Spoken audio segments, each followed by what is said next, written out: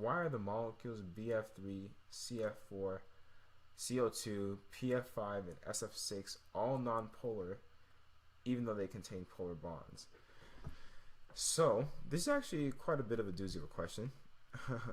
Molecules BF3, CF4, CO2, PF5, SF6, all nonpolar even though they contain polar bonds, okay?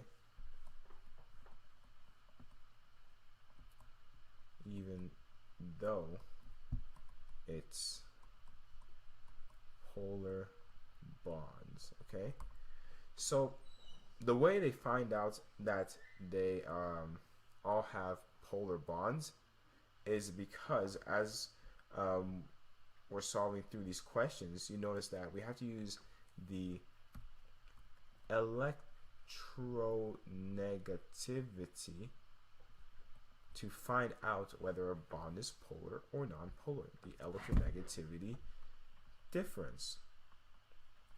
So BF3, which is boron fluorine, right? The electronegativity for fluorine is 3.98, and boron is electronegativity of 2.04.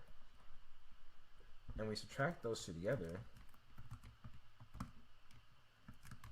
that is like, in fact, that's an ionic bond. That's quite a big difference there. And because it's a metal and a non-metal, that's an ionic type of bond. So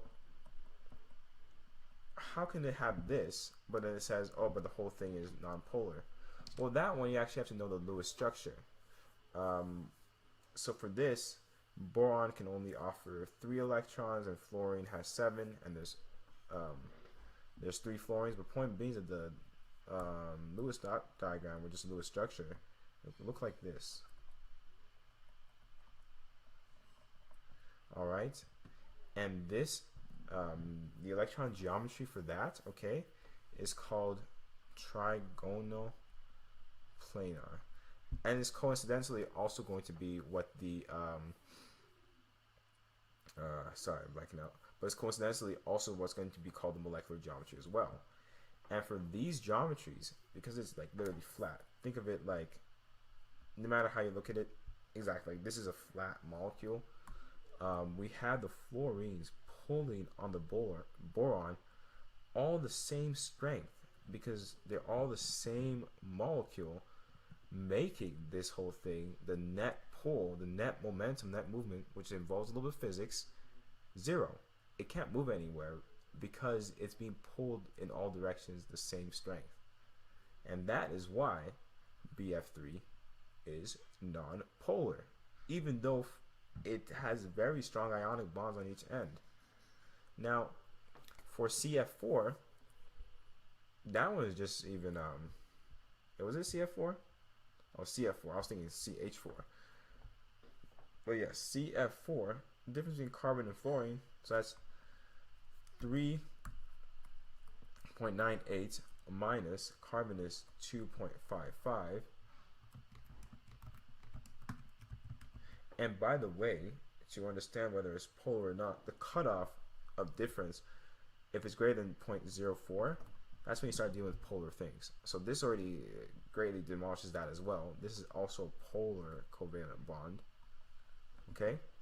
But CF4 is like, if you drew its structure, it would be like this, okay? And it looks kind of strange, but if I were to draw it more so like, imagine you have a triangle base, and then the top here, this would be what you'd have. And you know how they say this triangle is the most solid shape because it has like perfect, you know, balance in every corner and whatnot. No matter how you flip this base over, you'd end up with the same shape. Pretty much this molecule that's chilling in the middle there, okay, it's being pulled equally as well in every direction. In fact, this one here is known as a tetrahedral in both the electron geometry and molecular geometry. But the same thing here is being pulled equally in every direction. CO2, the difference between carbon and oxygen, okay, that is 3.44 minus 2.55, it's still like a 0.89 difference, which still passes the mark, so it's polar covalent.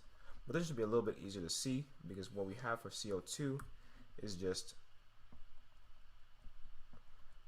that. And this is known as linear. And you can see this one a little bit more clearly that it's just getting the same pull in both directions. It's like just being stretched out like that, which cancels each other out as well. So that's why that one cancels each other out.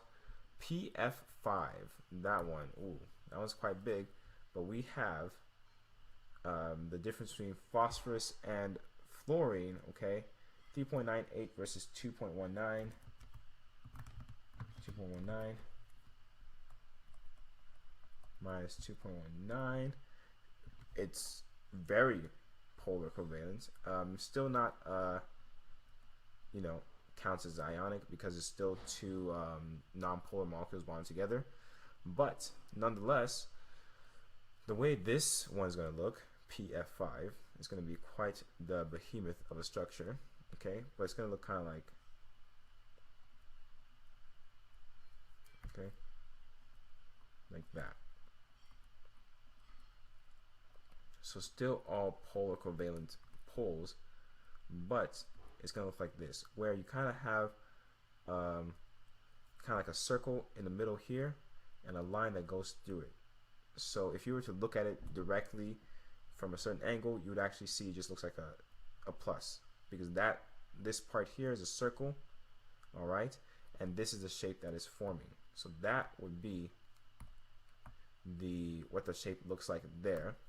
And because of that, everything here as well is also just experiencing the same pull. All these ones cancel each other out in the X plane, and these two cancel each other out in the Y plane. This is also known as a trigonal bipyramidal, okay? Because it kind of looks like you have the same type of pyramid thing, but instead of just being one, there's another dot down there, and they attach like that.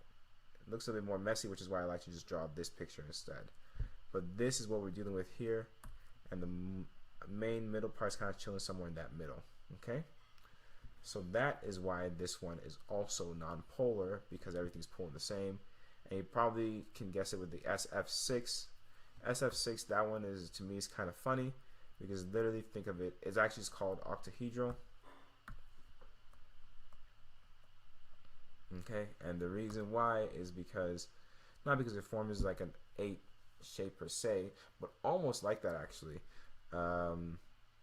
It's the sulfur's in the middle, okay, and we have, well, the difference between sulfur and fluorine is that 3.98, 2.58, 3.98, 2.58, that's still going to be polar covalent. So that's way greater than 0.4 difference. So we have F here, and then we have kind of like this. So effectively now, instead of like that circle, we have a square instead, like a square sheet. Okay, and in the middle is going to be that line that goes through. So you still get that kind of plus sign when you look at it at a certain angle, because they're on the same plane. So all these will cancel each other out in the x-axis, and these two will cancel each other out in the y-axis. Why is it called octahedral? It's because kind of like when you draw it out, you have like the box shape here, and the point above. It's going to be really hard to communicate, but 3, 4. Same with the point below. 1, 2, 3, 4. Kind of like that.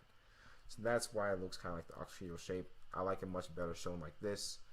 But exactly, this is why all of these, even though they have polar bonds, they're all non-polar, because the key thing here is that when you actually look at their electron geometry and molecular geometry, you will see there that things are all being pulled in the same direction with the same force.